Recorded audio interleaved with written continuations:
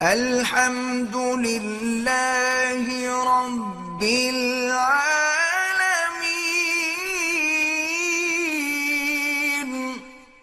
بہت بڑے قاری تھے حماد، ان کے بھائی سجاد بھی بہت بڑے ماشاءاللہ قاری ہیں، اور رسیفہ میں جو مسجد عبدالقادر نصیر ہے ایک بھائی تو وہاں امام ہیں، اور کبھی یہ بھی مسجد امیر محمد میں رمضان المبارک میں تھے۔ بہت ہی خوبصورت قرآن پڑھنے والے ہیں سارے بھائی۔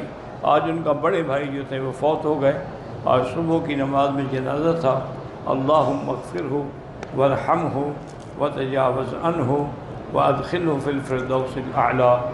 اور اللہ تبارک و تعالیٰ ان کے پسماندگان کو صبر جمیل عطا فرمائے۔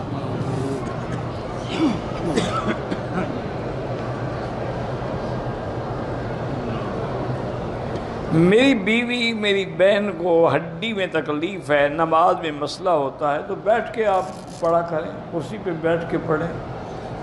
باقی ہر بیماری کا علاج جو ہے نا سورۃ الفاتحہ سے بڑی کوئی چیز نہیں۔ اس کو خود اللہ کے نبی نے فرمایا کہ یہ شافیہ، اس میں شفا۔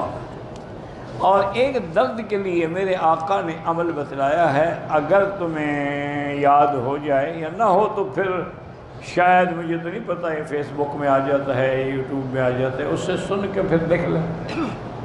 حضور نے فرمایا ہے کہ جس جگہ درد ہو نا پہلے درود شریف پڑھو 3 دفعہ نماز والا، جہاں بھی درد ہو، پھر اسی جگہ اپنا دائیں ہاتھ رکھو اور کہو بسم اللہ بسم اللہ بسم اللہ، اعوذ بعزت اللہ وقدرتہ من شر ما اجد واحاذر۔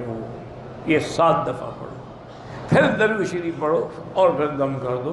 تو اگر یہ آپ روز کرتے رہیں گے تو انشاءاللہ چند دنوں میں وہ درد ختم ہو جائے گا۔ خود حضور پاک پڑھتے تھے، اس سے بڑا عمل کیا ہو سکتا ہے؟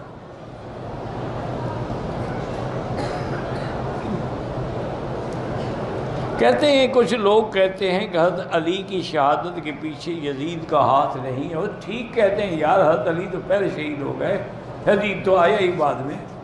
حضرت علی کے بعد حضرت حسن آئے، پھر حسین آئے، پھر معاویہ آئے، یزید کا ہاتھ کیسے ہو گیا؟ پتہ نہیں کہاں کہاں گئے۔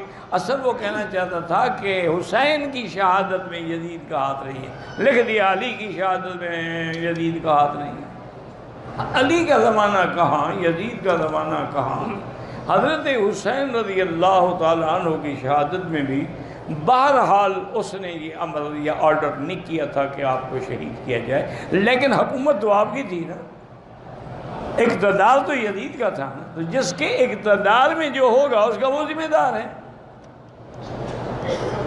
ٹھیک ہے، موقع پر ابن زیاد نے اور شمر الجوشن نے آپ کو شہید کیا، لیکن وہ کس کے آدمی تھے؟ اسی کے گورنر تھے۔